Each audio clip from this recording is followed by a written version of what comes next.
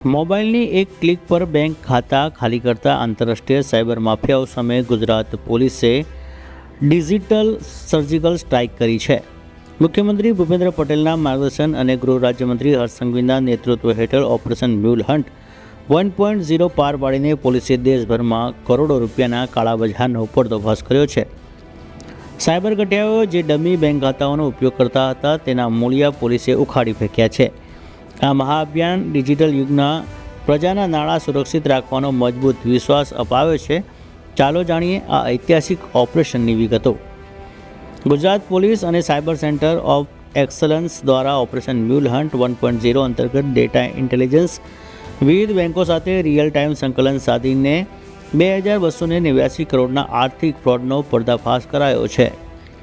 આ અંતર્ગત રાજ્યભરમાં 565 એફઆઈઆર નોંધીને 638 રીઢા ગુનેગારોની ધરપકડ કરવામાં આવી છે. તેમજ ગુનાની રકમ છુપાવવા માટે વપરાતા 913 શંકાસ્પદ મ્યુલ એકાઉન્ટ્સ ફ્રીઝ કરીને ગુનેગારોની આર્થિક કમર તોડી નાખવામાં આવી છે.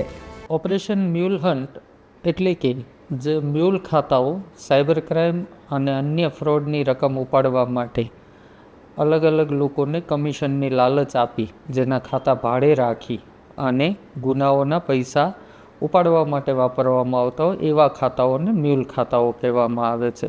ઓપરેશન મ્યુલ હન્ટ 1.0 બાદ I4C પાસેથી જે ડેટાબેઝ માંગવામાં આવેલ એમાં I4Cના જણાવ્યા મુજબ ગુજરાત રાજ્યના ચેક ઉપાડમાં 75% ઘટાડો, મ્યુલ એકાઉન્ટ દ્વારા જે ચેકથી પૈસા વિડ્રો કરવામાં આવે છે એમાં 75% ઘટાડો જોવા મળેલ. માસિક જેટલા મ્યુલ ખાતાઓમાંથી સાયબર ક્રાઇમના પૈસા ઉપાડવામાં આવતા હતા ગુજરાત રાજ્યમાંથી એમાં 80% જેટલો ઘટાડો નોંધાયેલ છે.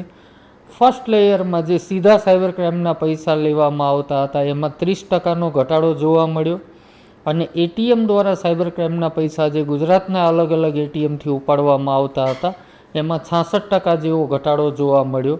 આમ ગુજરાતનો મ્યુલમાં જે રેન્ક હતો એ લાસ્ટ 4માં રેન્ક આવી ગયેલ છે, જે શરૂઆતમાં ટોપ 5માં હતો.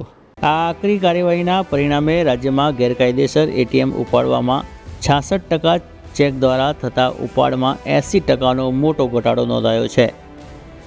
સાયબર સુરક્ષાને વધુ અભેદ બનાવવા માટે હવે Reserve Bank of India artificial ઇન્ટેલિજન્સની મદદ લેશે. AI ટેકનોલોજી દ્વારા દરેક ઓનલાઈન ટ્રાન્ઝેક્શનને જોખમના આધારે વર્ગીકૃત કરાશે. શંકાસ્પદ ખાતાઓની વિગતો ત્વરિત શેર કરવામાં મ્યુલ હન્ટ AI રજિસ્ટ્રી પણ શરૂ કરવામાં આવી છે. હાલમાં ઓપરેશન મ્યુલ હન્ટ 2.0 શરૂ કરવામાં આવેલું છે.